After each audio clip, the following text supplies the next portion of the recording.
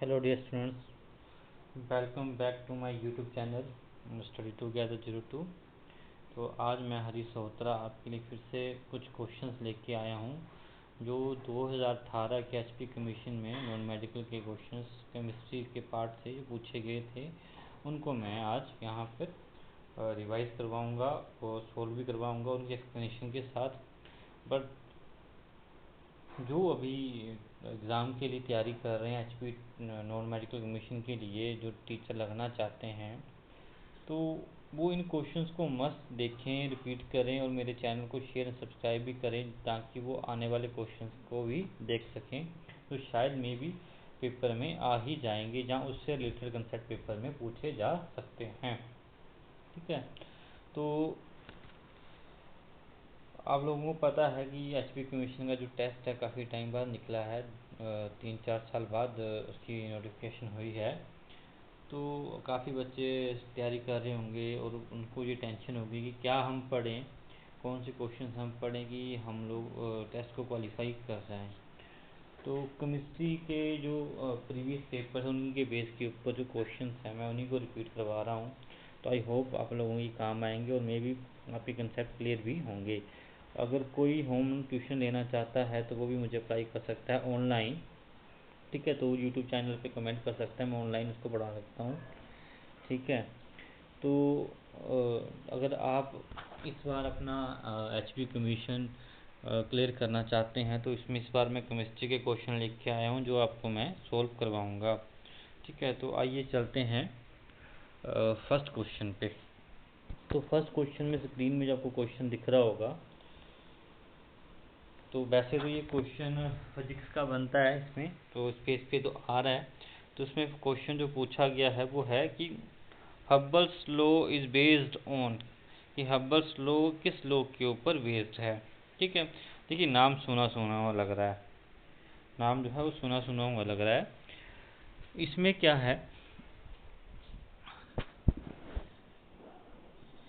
कि हब्बल्स, अब आप लोगों ने सबने हब्बल स्कोप सुना हुआ है, हब्बल स्कोप। ठीक है, तो हब्बल स्कोप क्या करता है, हम उस स्कोप से क्या करते हैं, हम उससे स्टार्स देखते हैं, गैलेक्सीज देखते हैं, तो ये उसी से रिलेटेड है। ठीक है, तो हब्बल लॉ क्या बोलता है कि जितनी गैलेक्सी को हम देख पा रहे हैं, इस गैलेक्सी को हम देख पा रहे हैं, ठीक है, डिस्टेंस जितनी ही डिस्टेंस पे हमसे कोई गैलेक्सी दूर है उतनी ही तेज़ी से वो फास्ट मूव कर रही है। फॉर एग्ज़ाम्पल मैं बोलता हूँ कि कोई ऑब्जेक्ट मेरे से 10 किलोमीटर दूर है, तो वो ऑब्जेक्ट उतनी ही स्पीड से 10 किलोमीटर पर सेकंड की स्पीड से मुझसे दूर जा रहा होगा। ठीक है, तो इन नीचे 4 ऑप्शन दिए गए हैं। एक दिया law of gravitation, Doppler's effect, Newton's law, Stefan's law. तो इन सब में आप लोगों ने +1 की फिजिक्स में डॉपलर्स इफेक्ट पढ़ा होगा, जिसमें वो ऑब्जेक्ट्स की या साउंड की बात करता है अपने पास आने की, दूर जाने की। तो वैसे ही हमारे पास जो Hubble's law is based on Doppler's effect, जिसमें हम अगर डीपली पढ़ें तो ऑब्जेक्ट्स के बारे में पढ़ते हैं जो हमसे दूर जा रहे होते हैं। ठीक है, तो बोलने का मतलब है कि अगर कोई गैलेक्सी 10 किलोमीटर डिस्टेंस के ऊपर है तो 10 किलोमीटर पर सेकंड की स्पीड से ही वो हमसे दूर जा रही होगी। और ये जो लॉ है इसका जो ऑप्शन है आंसर वो क्या है, डॉपलर्स इफेक्ट है, जिसमें हम ऑब्जेक्ट्स की वेलोसिटी के बारे में बात करते हैं। ठीक है, तो आइए नेक्स्ट क्वेश्चन पे आते हैं कि number of molecules in 60 gram of methane. देखिए +1 की केमिस्ट्री किसी ने पढ़ी है 11th में, तो ये फर्स्ट यूनिट में ही, फर्स्ट चैप्टर में ही मोल का कंसेप्ट दिया हुआ है। ठीक है, जिसमें हम ग्राम मोलिकुलर मास को या ग्राम एटॉमिक मास को एक्सप्रेस करते हैं इन टर्म्स ऑफ मोल, और 1 मोल जो होता है वो 6.02 टू 1023 पार्टिकल्स होता है। अब इसका जो करेक्ट आंसर जो है वो है बी ऑप्शन। अब ये क्यों है, ठीक है, तो आइए मैं इसको डिस्कस करता हूँ कि पहले हम मीनिंग समझते हैं। इसका मीनिंग क्या है,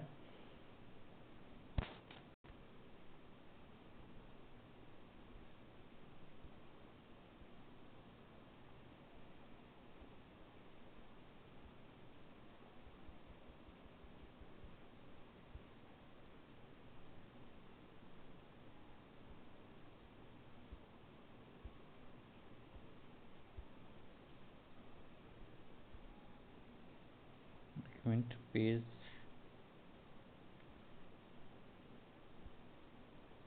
ब्लैक पेज आ रहा है इसमें। चलो इस पे समझाता हूँ मैं आपको।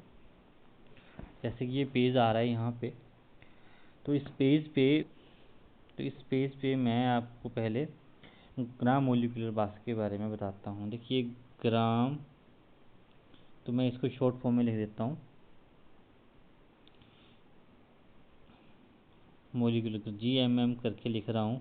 तो केमिस्ट्री में बताया कि ग्राम मोलिकुलर मास है वो 1 मोल के इक्वल होता है। ठीक है, 1 मोल के इक्वल होता है। तो 1 मोल किसके इक्वल होता है? 6.022 10⁻23 मोलिक्यूल्स किसी भी एटम, किसी भी कंपाउंड के मोलिक्यूल के। जैसे CH4 का बोल रखा हुआ है, तो उसमें CH4 के कितने मोलिक्यूल आएंगे? 6.02 10⁻23 मोलिक्यूल्स आएंगे। तभी मैंने बोला उसके जो ग्राम एटॉमिक्स को मैं किसके इक्वल लिख सकता हूँ? 6.0 10⁻23 पार्टिकल्स के या मोलिक्यूल्स के इक्वल लिख सकता हूँ। ठीक है, तो फर्स्ट ऑफ ऑल मीथेन का जो ग्राम मोलिकुलर मास होगा वो क्या होगा, ये पता होना चाहिए। तो ग्राम मोलिकुलर मास कैसे निकाला जाता है? जैसे एटॉमिक मासेस को हम ऐड करते हैं, तो कार्बन का जो है वो कितना है? 12 है। हाइड्रोजन आपके पास 4 देंगे, एक हाइड्रोजन का जो एटॉमिक मास होता है 1 होता है, तो 4 का कितना होगा? 4। तो टोटल जो आपके पास मोलिकुलर मास बना वो कितना बना? 16। और अगर हम उसे ग्राम में एक्सप्रेस कर देते हैं तो वो 16 ग्राम हो जाएगा। ठीक है, तो देखिए इसका जो ग्राम एटॉमिक मास ही जो ग्राम मोलिकुलर मास ही जो आ रहा है वो कितना आ रहा है? 16 ग्राम आ रहा है। ठीक है, 16 ग्राम आ रहा है। तो 16 ग्राम को मैं क्या लिखूँ? 16 gram CH4 is equal to 6.022 10⁻23 molecules of CH4 के इक्वल ये होगा। बट अगर बोल दिया होता 8 ग्राम, 16 ग्राम के प्लेस पर बोल दिया होता 8 ग्राम, तब आप क्या करते? आपका first step same as it आता। फर्स्ट स्टेप आपका यही आता, 16 gram is equal to this. पर आपको निकालना क्या है? 8 ग्राम, 4 ग्राम, 10 ग्राम, कुछ भी निकालना। चलो 10 ग्राम ले लेते हैं। तो मेरा नेक्स्ट स्टेप क्या होता? तो अगले स्टेप पे मैं क्या करता? 16 ग्राम को मैं जो था मैंने लिखा हुआ था, 16 ग्राम जो लिखा हुआ था वो लिखा था 6.022 10⁻23 को। तो इसको मैं नीचे ले जाता 6.02 के नीचे, तो यहाँ क्या बचता? 1 ग्राम, 23 ये नीचे, और नीचे आ जाता 10। ठीक है, तो 1 ग्राम का इतना 16 आ जाता नीचे। ठीक है, अब मुझे ये 1 ग्राम का निकल गया। ठीक है, तो 1 ग्राम मतलब 1 मान लेते हैं कि 16 रुपये की कुछ चीज़ें आ रही थी। ठीक है, मान लेते हैं कि 50 रुपये में 10 चीज़ें आ रही हैं। 50 रुपये में 10 चीज़ें आ रही है, तो 1 रुपये में कितनी आएगी? 10/50 आएगी। और मैं बोलता हूँ 10 चीज़ें कितनी आएगी? तो 10 से मैं क्या कर दूँगा? मल्टीप्लाई कर दूँगा। तो एज इट मान लेते हैं कि ऐसे 1 रुपये की 2 टॉफ़ियाँ हैं, तो 10 रुपये की कितनी आएंगी? उसको मल्टीप्लाई कर देते हैं हम लोग। तो सेम एटी यहाँ पे 1 ग्राम में इतना आ रहा है, तो 10 ग्राम में कितना आएगा? तो मैं इसको 10 ग्राम में क्या कर दूंगा? 10 से क्या कर दूंगा? दोनों साइड मल्टीप्लाई कर दूंगा। 10 ग्राम आया तो 6.022 10⁻23 तो है ही है, तो साथ में 10 से मल्टीप्लाई किया और 16 इसके नीचे था। डिवाइड करके जो भी आंसर आएगा, जो भी वैल्यू आएगी वो आपका क्या होगा? आंसर होगा। तो आप इस कंसेप्ट को समझना चाहते हैं तो आप मोल का कंसेप्ट आप रीड कर सकते हैं 11th की बुक में। ठीक है, तो आइए चलते हैं नेक्स्ट क्वेश्चन पे। नेक्स्ट क्वेश्चन क्या है हमारा? In which of the following pairs ions are isoelectronic. ठीक है, तो ऐसे कौन से पेयर्स हैं जहाँ पर एटम्स आपके आइसोइलेक्ट्रॉनिक होंगे?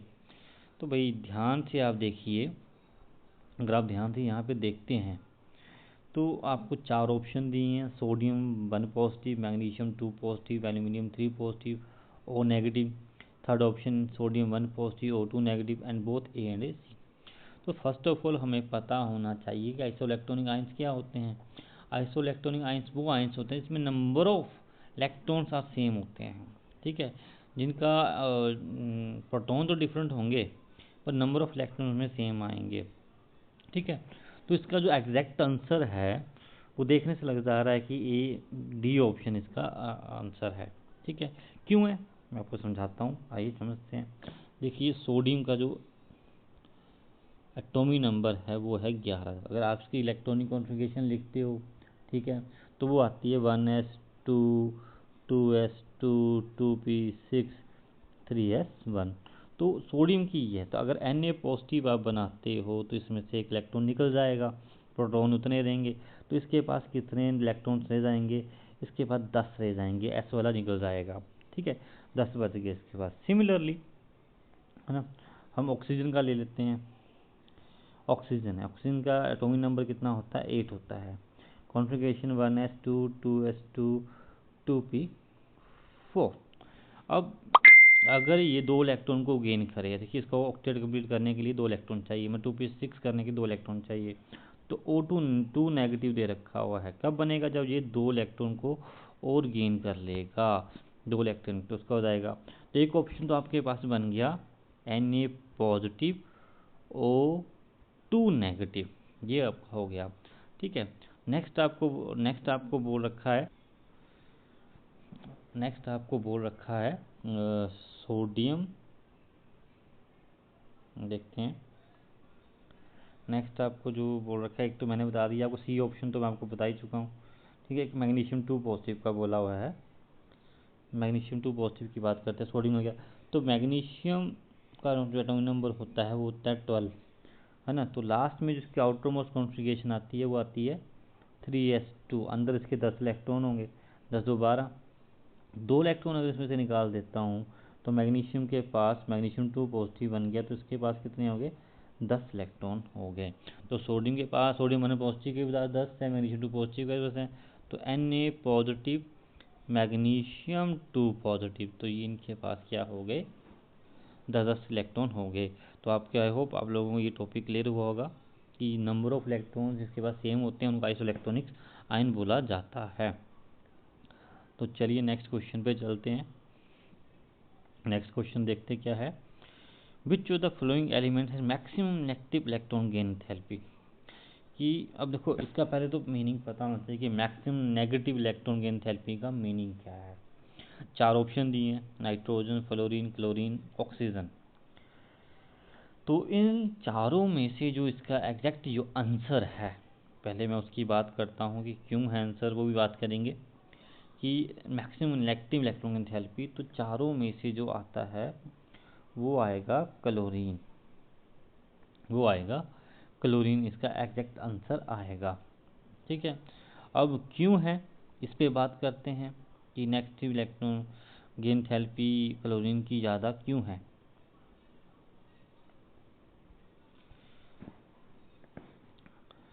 समझते हैं इसको, बात करते हैं, ठीक है। तो आइए देखिए, आपके पास 4 ऑप्शन दे रखे हैं, नाइट्रोजन का, फ्लोरीन का, ऑक्सीजन का, क्लोरीन का, ठीक है।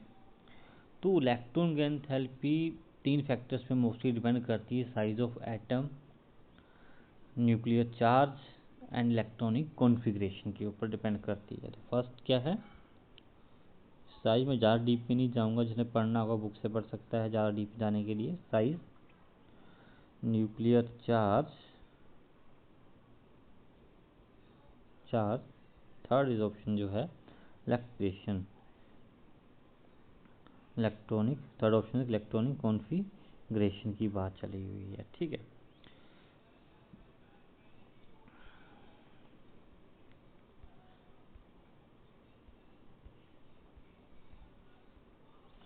तो मैंने बोला कि क्लोरीन की इलेक्ट्रॉनिक कॉन्फ़िगरेशन सबसे ज़्यादा होगी, ठीक है।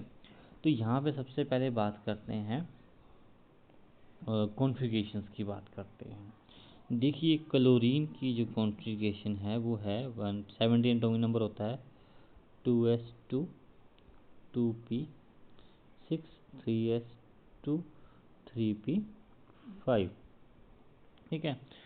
तो इलेक्ट्रॉन गेन एंथैल्पी की डेफिनेशन क्या है, it is the amount of energy released when an additional electron is added to the valence shell of an atom in its gaseous state. Gaseous state में उसके वैलेंस शेल में electron add होता है, तो उस time पे जो energy release होती है वो कितनी होती है।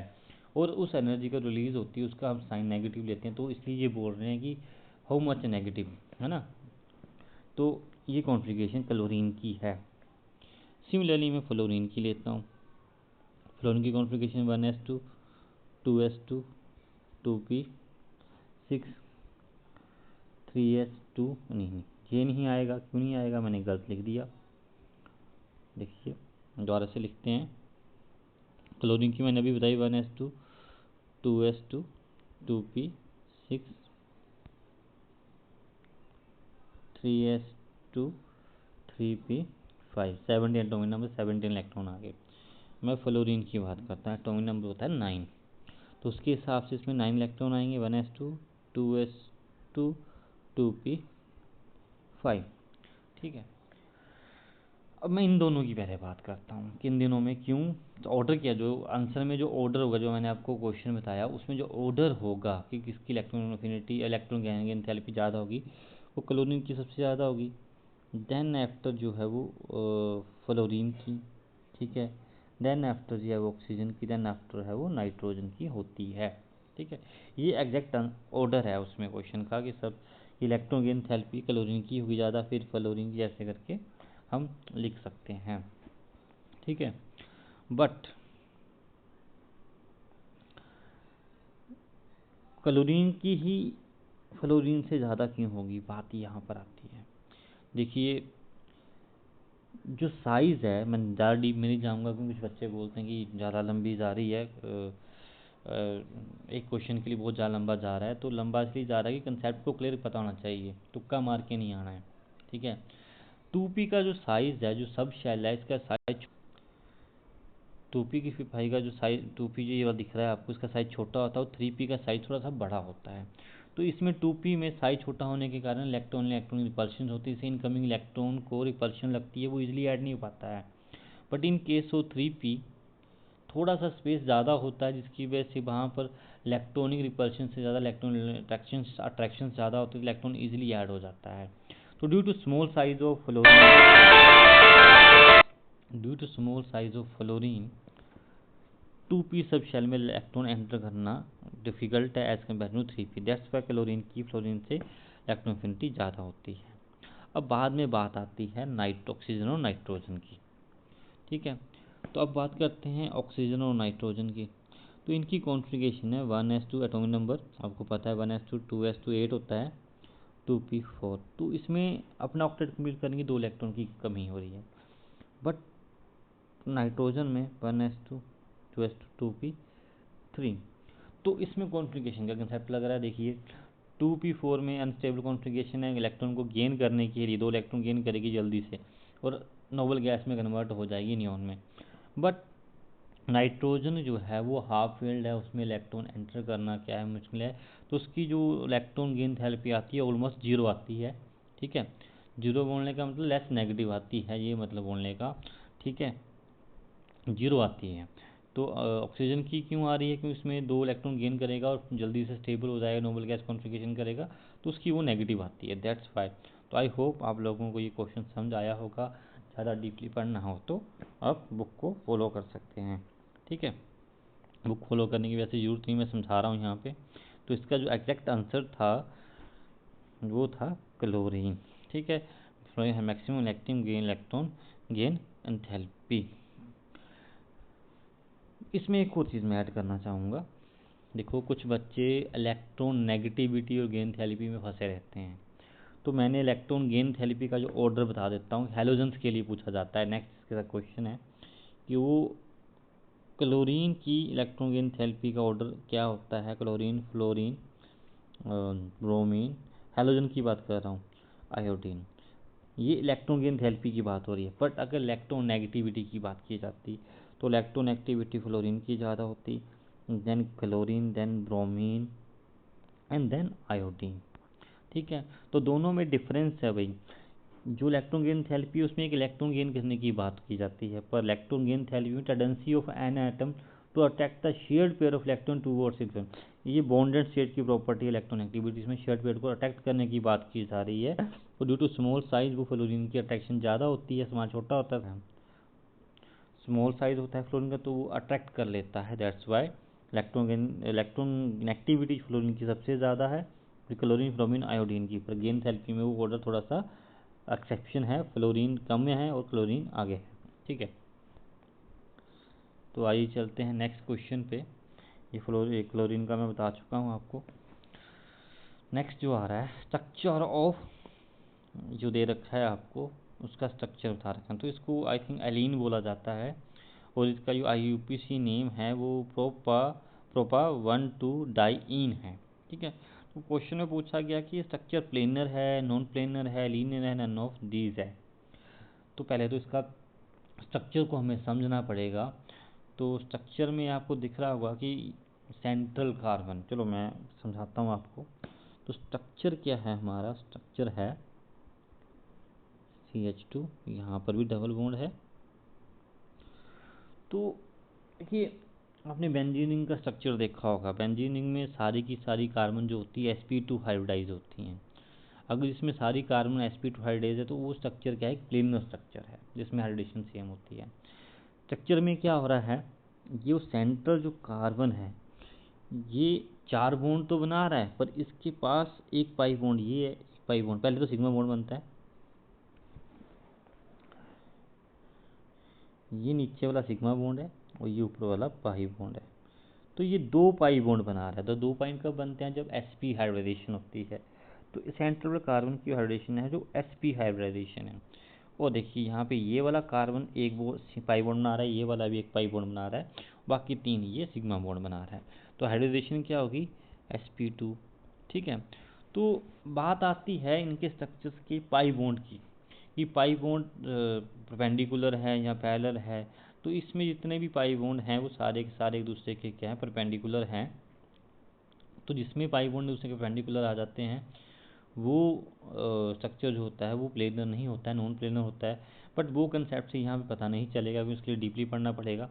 तो इसमें सिंपल सा एक कंसेप्ट है कि अगर जिस स्ट्रक्चर में डिफरेंट हाइब्रिडाइजेशंस आ रही हैं, sp देखो दोनों सेम नहीं है, दोनों सेम आती sp होती है sp2, तो वो स्ट्रक्चर आपका क्या हो सकता था, प्लेनर हो सकता था। बट यहाँ पे हाइड्रेशंस डिफरेंट हैं, तो आप इस कंसेप्ट को लेकर चलेंगे जिस मॉलिक्यूल में हाइड्रेशंस डिफरेंट होती हैं, sp2 आ रही हैं, तो वो स्ट्रक्चर आपका नॉन प्लेनर होगा।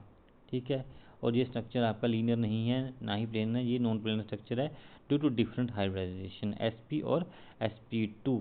ठीक है, तो ज़्यादा डिटेल में जाने के लिए आप सर्च कर सकते हो, बुक्स देख सकते हो। तो आई होप आपको ये कंसेप्ट समझ में आया होगा। चलते हैं नेक्स्ट क्वेश्चन पे। तो इसका जो आंसर है वो क्या है, नॉन प्लेनर। नॉन प्लेनर इसका जो आंसर है। तो नेक्स्ट क्वेश्चन देखते हैं। तो नेक्स्ट क्वेश्चन जो है मेरा,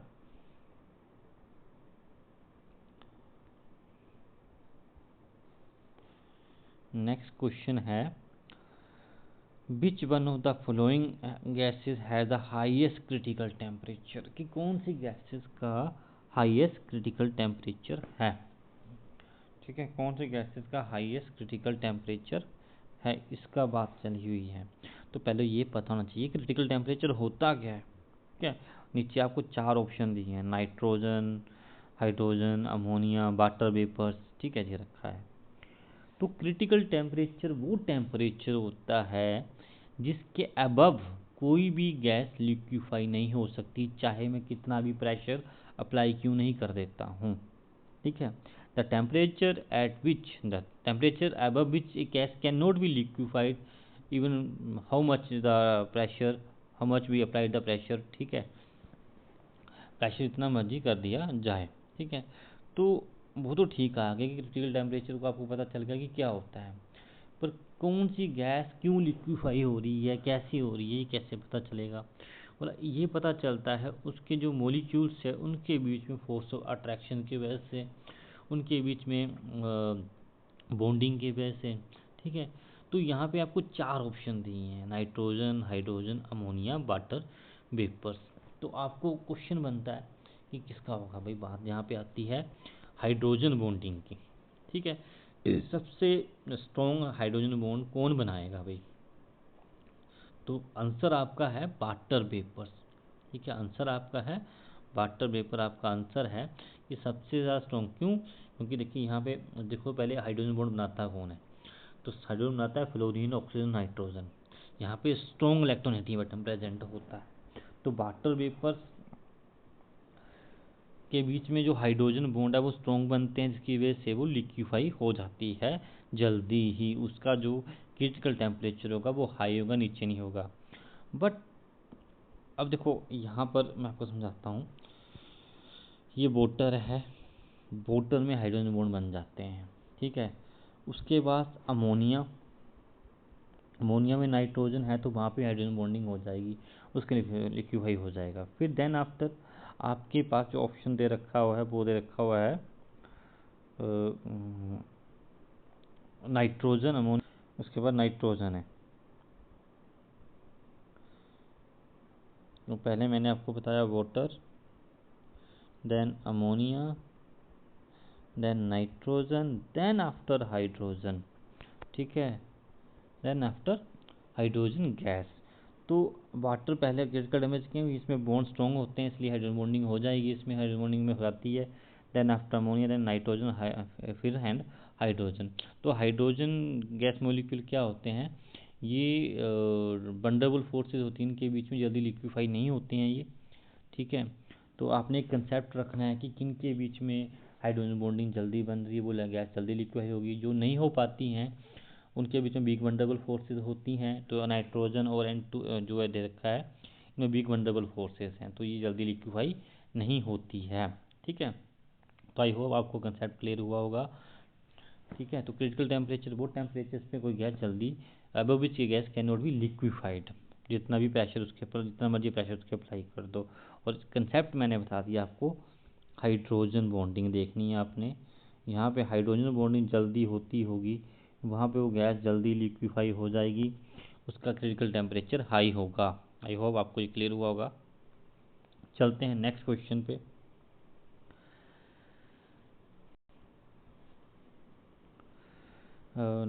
इसका आंसर मैं आपको बता चुका हूँ, वाटर वेपर्स।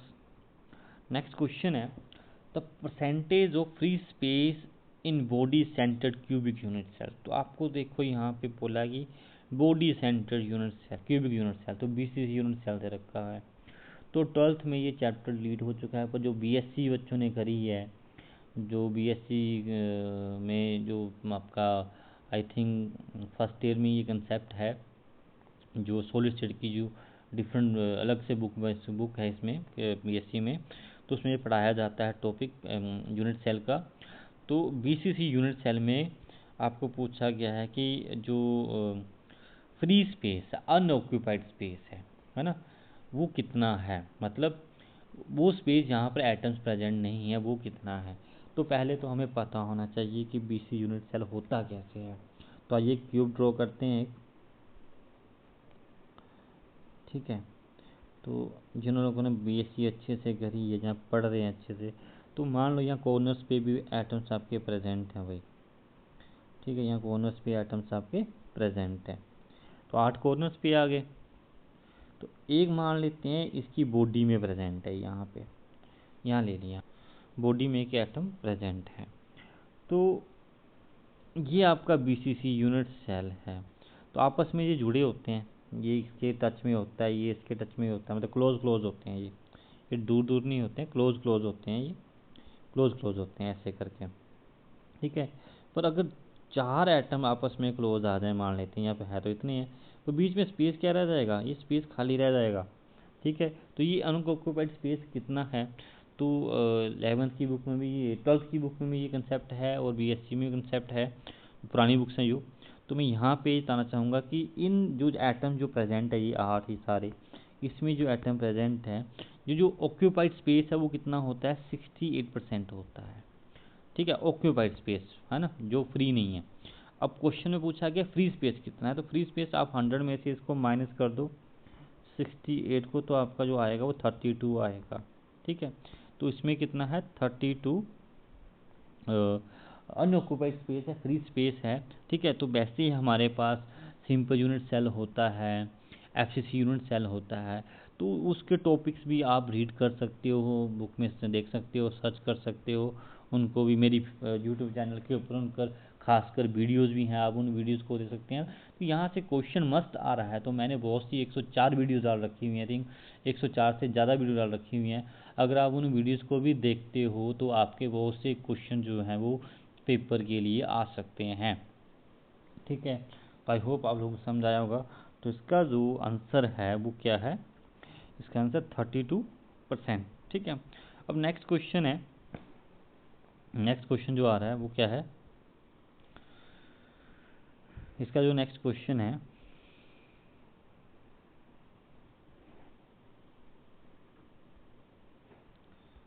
नेक्स्ट क्वेश्चन देखते हैं इसका। ये आ गया आपका नेक्स्ट क्वेश्चन।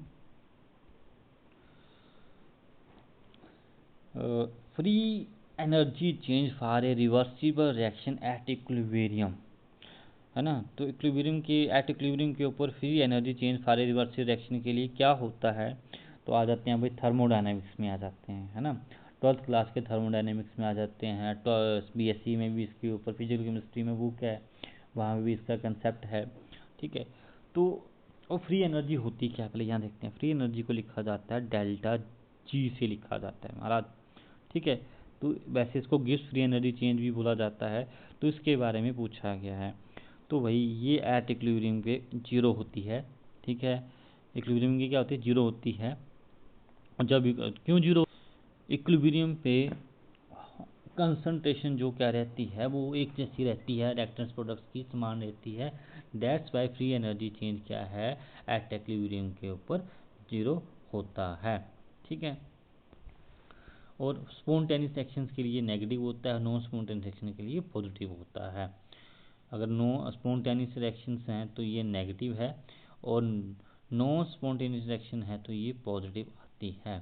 ठीक है, तो आई होप आप लोगों को पता चला होगा कि फ्री एनर्जी चेंज क्या होता है एट इक्विलिब्रियम के ऊपर। चलो चलते हैं नेक्स्ट क्वेश्चन पे। आपका जो नेक्स्ट क्वेश्चन है इसकी पर टिक लगा देता हूँ मैं कि ये जीरो आएगा। नेक्स्ट क्वेश्चन है which of the flowing the biggest base. भाई बेस का कंसेप्ट आ रहा है, 10th क्लास से हम पढ़ते आ रहे हैं कि क्या बिग बेस होते हैं। तो जिन बच्चों ने अच्छे से केमिस्ट्री पढ़ी है तो बहुत सिंपल सा क्वेश्चन है ये। तो जिनको पीरियोडिक टेबल अल्कीलीज के बारे में पता है, अल्कीलीज क्या होती हैं, बेस क्या होते हैं, वो इस क्वेश्चन को इजीली जवाब दे सकते हैं। ठीक है, तो यहाँ पूछा गया है which of the flowing biggest base. चार ऑप्शन है, sodium hydroxide, calcium hydroxide, ammonium hydroxide and potassium hydroxide. ठीक है, तो बात करता हूँ मैं आंसर की, तो इसका जो एग्जैक्ट आंसर है बिगेस्ट बेस है वो अमोनियम हाइड्रोक्साइड है। ठीक है, अब क्वेश्चन ही आया कि what are the basis. Base वो होते हैं मतलब जो ओ एच नेगेटिव देते हैं, ओ एच नेगेटिव देते हैं according to Arrhenius concept. Arrhenius concept में जो ओ एच नेगेटिव देते हैं वो क्या होते हैं, बेस होते हैं। तो ओ एच नेगेटिव तो चारों में लगा हुआ है यहाँ पे, है ना। चारों के चारों आपके ओ एच नेगेटिव देंगे। पर क्वेश्चन ये आता है कौन जल्दी वाटर में डिजोल्व कर जाएगा, किसके जल्दी आयंस बन जाएंगे, कौन स्पीसीज है जो जल्दी से आयंस में कन्वर्ट हो जाएगी, ओ एच रिलीज हो जाएगा। ठीक है, ये बात चलती है, इस बात की जाएगी। तो मैं इसको बड़े अच्छे से कंसेप्ट को समझाना चाहूँगा। तो आइए पेज पे चलते हैं। पहले देखिए आपके पास यहाँ पर क्या है, NaOH है, और सोडियम के नीचे अगर पीरियोडिक टेबल में बात करें तो आप कंसेप्ट लेके चलें तो लीना की रूबी से फ्रेंडशिप, रूबी से फ्रेंडशिप। तो नीचे का बॉन्ड स्ट्रेंथ क्या करती है, डिक्रीज करती है। नीचे का बॉन्ड स्ट्रेंथ क्या करती है, डिक्रीज करती है। और इस साइड थोड़ा सा गलत बना दिए, गलत सही बनाया, सही वो इसको यहाँ पे बनाते हैं, इसको इसको यहाँ पे बनाते हैं। नीना की रूबी से फ्रेंडशिप में यहाँ पे लेके आ नहीं पा रहा हूँ, फिर भी बात करते हैं। तो डाउन द ग्रुप क्या करता है, बॉन्ड स्ट्रेंथ डिक्रीज करती है। तो सोडियम के यहाँ बाद यहाँ कैल्शियम आता है, क्या आता है, कैल्शियम आता है। ठीक है, देन आफ्टर इसी लाइन में यहाँ पे जाके नाइट्रोजन अमोनियम जो बनता है आता है। तो पहले मैं तीन चीज़ों की बात करता हूँ। मैंने बोला डाउन द ग्रुप क्या करती है, बेसिक स्ट्रेंथ जो है वो इंक्रीज कर, बेसिक स्ट्रेंथ जो बेसिक करेक्टर जो इंक्रीज करता है मतलब बोन स्ट्रेंथ डिक्रीज करती है। तो बोन स्ट्रेंथ डिक्रीज कर रही है और इस साइड को बोन स्ट्रेंथ क्या करती है, इंक्रीज करती है। ठीक है, डाउन द ग्रुप क्या क्या बोन स्ट्रेंथ डिक्रीज करती है, और from left to right in series period क्या करती है, वो इंक्रीज करती है। क्यों? क्योंकि डाउन द ग्रुप साइज क्या करता है, बढ़ता है, और साइज बढ़ता है तो फोर्स अट्रैक्शन क्या करती है, आउटरमोस्ट इलेक्ट्रॉन्स एंड न्यूक्लियस के बीच में कम होती जाती है। तो NaOH का बॉन्ड, ठीक है, उसके बाद KOH का बॉन्ड, तो साइज किसका बड़ा है, पोटेशियम का, और साइज सोडियम का क्या है, छोटा है। तो यहाँ पर OH जल्दी रिलीज हो जाएगा, और इसके बाद सोडियम हाइड्रोक्साइड कम रिलीज करेगा। ठीक है, तो स्ट्रॉन्गेस्ट बेस क्या हुआ, KOH हुआ, फिर NaOH हुआ, NaOH, ठीक है, ये आ गया। ठीक है, उसके बाद जो आएगा वो कैल्शियम हाइड्रोक्साइड आया। क्यों आया, क्योंकि कैल्शियम इस साइड को है, और सोडियम के ऊपर चार्ज होता है 1 पॉजिटिव, कैल्शियम के ऊपर होता है 2 पॉजिटिव। ठीक है, तो ग्रेटर न्यूक्लियर चार्ज है, जब जिसके ऊपर ग्रेटर न्यूक्लियर चार्ज होता है वो स्ट्रॉन्ग बॉन्ड बनाता है। क्या बनाता है, स्ट्रॉन्ग। तो इनके कंपेरिजन में यहाँ से बॉन्ड क्या होगा, कम रिलीज होगा। ठीक है, तो इसके बाद जो बेस आएगा, इसके बाद जो बेस आएगा वो क्या आएगा, दोनों के पास CaOH2 आएगा। देन आफ्टर में सबसे कम आएगा अमोनियम हाइड्रोक्साइड। ठीक है, अमोनियम हाइड्रो ऑक्साइड। क्यों? क्योंकि जो अमोनिया गैस होती है वो हाइड्रोजन से जब रिएक्ट करती है तो अमोनियम हाइड्रोक्साइड बनाती है, वाटर में OH बन जाता है। ठीक है, तो थोड़ा सा इसमें कोवैलेंट कैरेक्टर आ जाता है। क्या आ जाता है, कोवैलेंट कैरेक्टर आ जाता है। अगर किसी ने फिजान रूल्स पढ़े होंगे तो उसे ये कंसेप्ट क्लियर हो जाएगा। ठीक है, तो ये थोड़ा बहुत कोवलेंटली हो जाता है इनमें। ये केटाइन जो है किसी एनाइन को क्या कर देता है, स्लाइटली पोलराइज करना स्टार्ट कर देता है, उसके इलेक्ट्रॉन को शेयर करना स्टार्ट कर देता है। उस करेक्टर को बोलते हैं पोलराइजेशन। ठीक है, तो ये जो अमोनियम केटाइन है ये OH के इलेक्ट्रॉन्स को शेयर करना स्टार्ट कर देगा आफ्टर डिजोल्यूशन के बाद वाटर में। ठीक है, तो ये बिगेस्ट बेस है। तो आई होप आप लोगों को ये कंसेप्ट समझ आया होगा।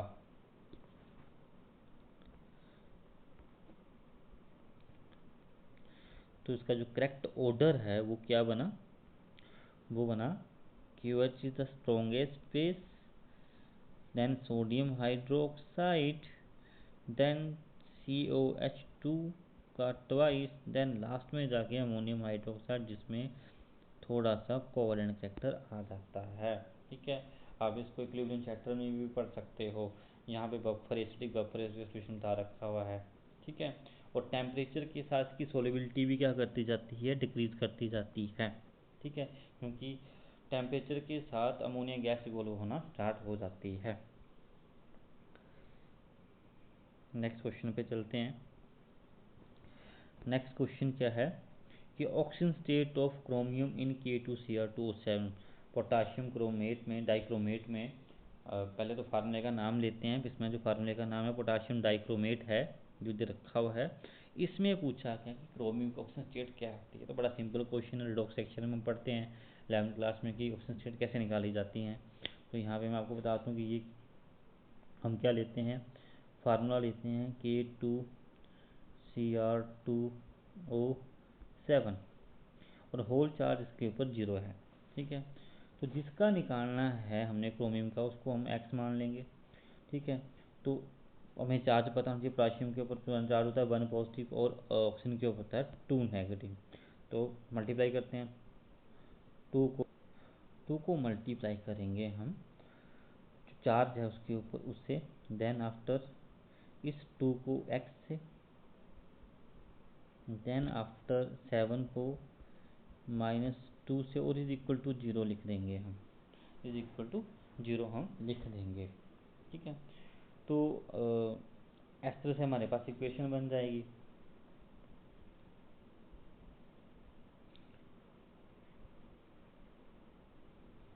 इस तरह से हमारे पास ये इक्वेशन बन गई। तो आई होप इतना इतना आपको समझ आया होगा। तो इसके बाद जो बनेगा यहाँ पर, मैं नेक्स्ट पेज पे चलता हूँ, स्पेस नहीं बचा है मेरे पास। कितना ही हो समझा रहे हो। तो कितना आएगा, 2 को +1 से मल्टीप्लाई करेंगे तो वो आ जाएगा, देखो मैं हटा देता हूँ, मल्टीप्लाई करेंगे तो क्या आएगा, +2 आएगा, फिर 2 को किया तो 2x आएगा, फिर 7 को तो -14 आएगा और इज इक्वल टू वो 0 है। देन आफ्टर देखो -14 में +2 निकाल देंगे कितना आएगा, -12 इज इक्वल टू 0 आएगा। और जब हम प्लस -12 को दूसरे लेके जाएंगे तो +12 आ जाएगा, और 2 से हम इसको काट देंगे तो कितना आ जाएगा, +6। ठीक है, तो एक चीज़ और, oxygen state is always return in positive and negative sign में ही लिखी जाती है।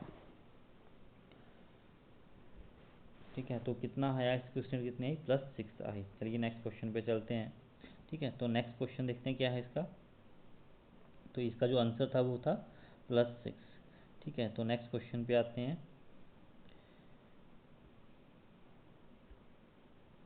नेक्स्ट पेज ही आ गया हमारे पास। तो इसमें जो क्वेश्चन पूछा गया है पहले, वो पूछा गया है hydrogen peroxide obtained by the electrolysis of. ठीक है, तो कुछ क्वेश्चन एज इट भी याद रखने पड़ते हैं, ये क्रैम्ड क्वेश्चन है। ठीक है, इसमें समझने वाला कुछ नहीं है। इलेक्ट्रोलिसिस आपको पता क्या होती है, कैथोड एनोड को एक ही कंटेनर में इलेक्ट्रिसिटी पास करवाई जाती है, उससे आयंस को अलग किया जाता है। तो इसका जो एग्जैक्ट आंसर है कि H2। अब हाइड्रोजन पेरोक्साइड होता क्या है, पहले के बच्चों को ये भी नहीं पता होता।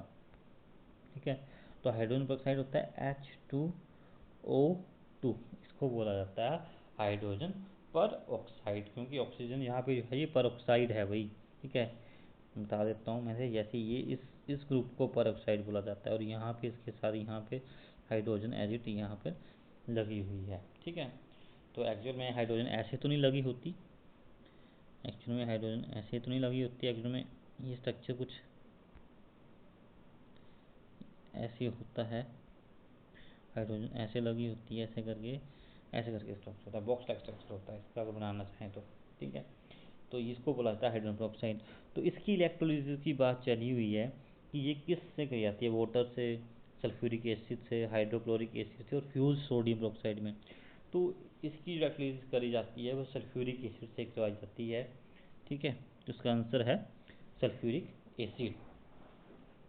नेक्स्ट है which use as a moderator nuclear reactor. तो मेरे ख्याल से ये न्यूक्लियर फ्यूजन का कंसेप्ट है जो 10th क्लास में भी है। तो इसमें जो आंसर है वो क्या है, हैवी वाटर हमें न्यूट्रॉन्स की स्पीड को कंट्रोल करने के लिए किया जाता है। ठीक है, तो यहाँ पे आ गया हैवी वाटर। D2 यहाँ पे क्या है, हाइड्रोजन का आइसोटोप है, सेकेंड आइसोटोप ड्यूटेरियम। ठीक है, तो ये आपको पता होना चाहिए। नेक्स्ट क्वेश्चन है sodium metal can be stored under kerosene oil. बहुत बच्चे पढ़ते आए हैं, बड़ा सिंपल सा क्वेश्चन है, 10th क्लास से पढ़ते आते हैं। क्यों, क्योंकि सोडियम जो है जब केरोसिनॉइड रखते हैं तो वहाँ से हाइड्रोजन, सोडियम अगर वाटर में रखते हैं तो सोडियम में से हाइड्रोजन गैस रिलीज होती है और कुछ एनर्जी रिलीज होती है, उससे क्या होता है, एक एक्सप्लोजन होता है। ठीक है, आग लग जाती है सोडियम मेटल में पानी में ही, तो इसलिए इसको क्रिस्टल में रखा जाता है। नेक्स्ट क्वेश्चन है dry powder fire extinguisher contains. ठीक है, तो ड्राई पाउडर फायर एक्सटिंग्विशर क्या कंटेन करता है, तो ये इसका ऑप्शन जो है वो है सी ऑप्शन है, sand and sodium bicarbonate. Sodium bicarbonate जो है वो CO2 को रिलीज करते हैं, और आपको पता है CO2 जो है वो आग बुझाने में हेल्प करती है। ठीक है, नेक्स्ट क्वेश्चन है, नेक्स्ट क्वेश्चन पे चलते हैं हम लोग। तो नेक्स्ट क्वेश्चन है which of the following phosphorus is the most stable. Most stable कौन सा है, तो ब्लैक फॉस्फोरस जो है मोस्ट स्टेबल है। ब्लैक फॉस्फोरस जो आता है वो हमारा मोस्ट स्टेबल आता है, तो आप यहाँ पे ब्लैक के ऊपर टिक कीजिए।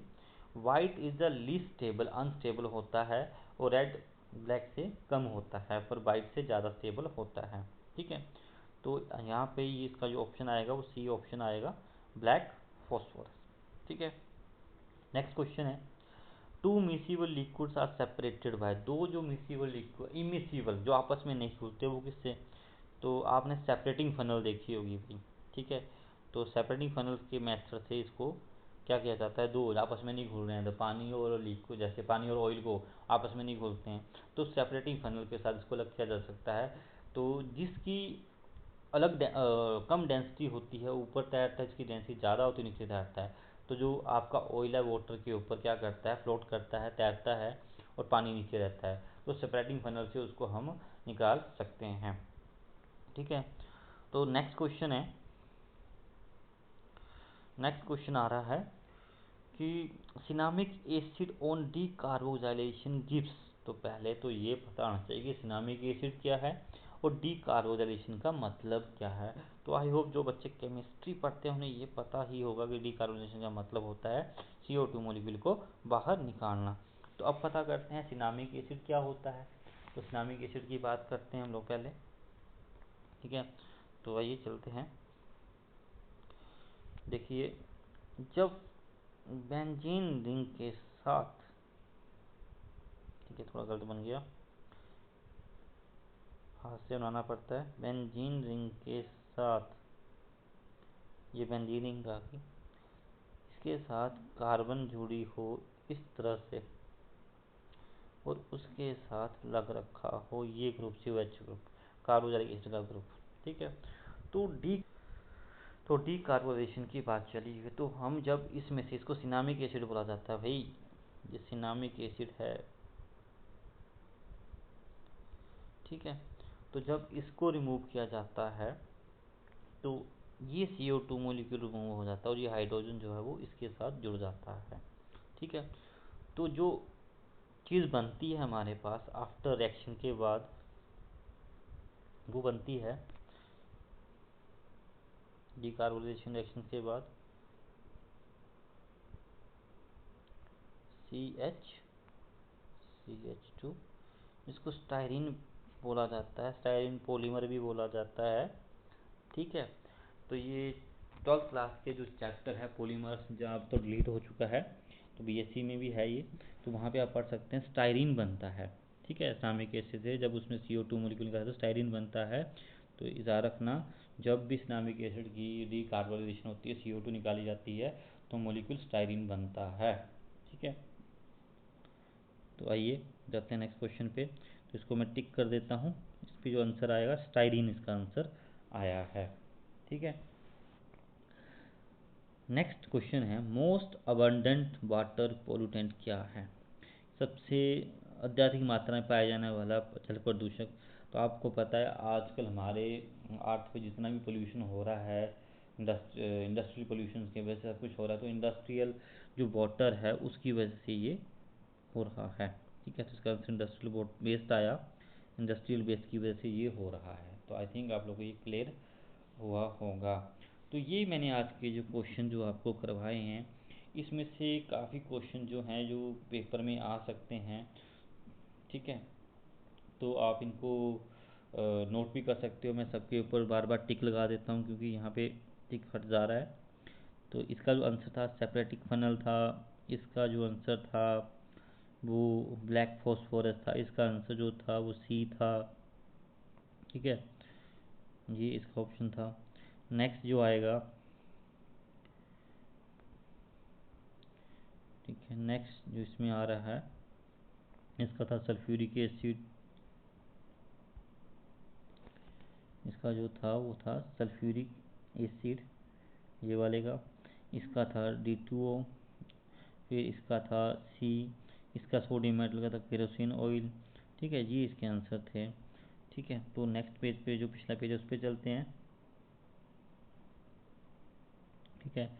इसमें +6, इसमें BK अमोनियम हाइड्रोक्साइड, इसमें फ्री एनर्जी जो आएगी 0 आएगी, इसमें 32%, इसमें नाइट्रोजन हाईएस्ट क्रिटिकल टेम्परेचर जो होगा वो वाटर का होगा। ठीक है। फिर नॉन प्लेनर स्ट्रक्चर, फिर क्लोरीन, फिर इसका जो आएगा B&C, इसका आंसर आ जाएगा। ठीक है। तो आई होप आप लोगों को ये वीडियो अच्छी लगी होगी। अगर आपको अच्छी लगी है, समझ में आ रही है, तो प्लीज़ कमेंट करें, मेरे यूट्यूब चैनल को सब्सक्राइब करें, शेयर करें। नमस्कार।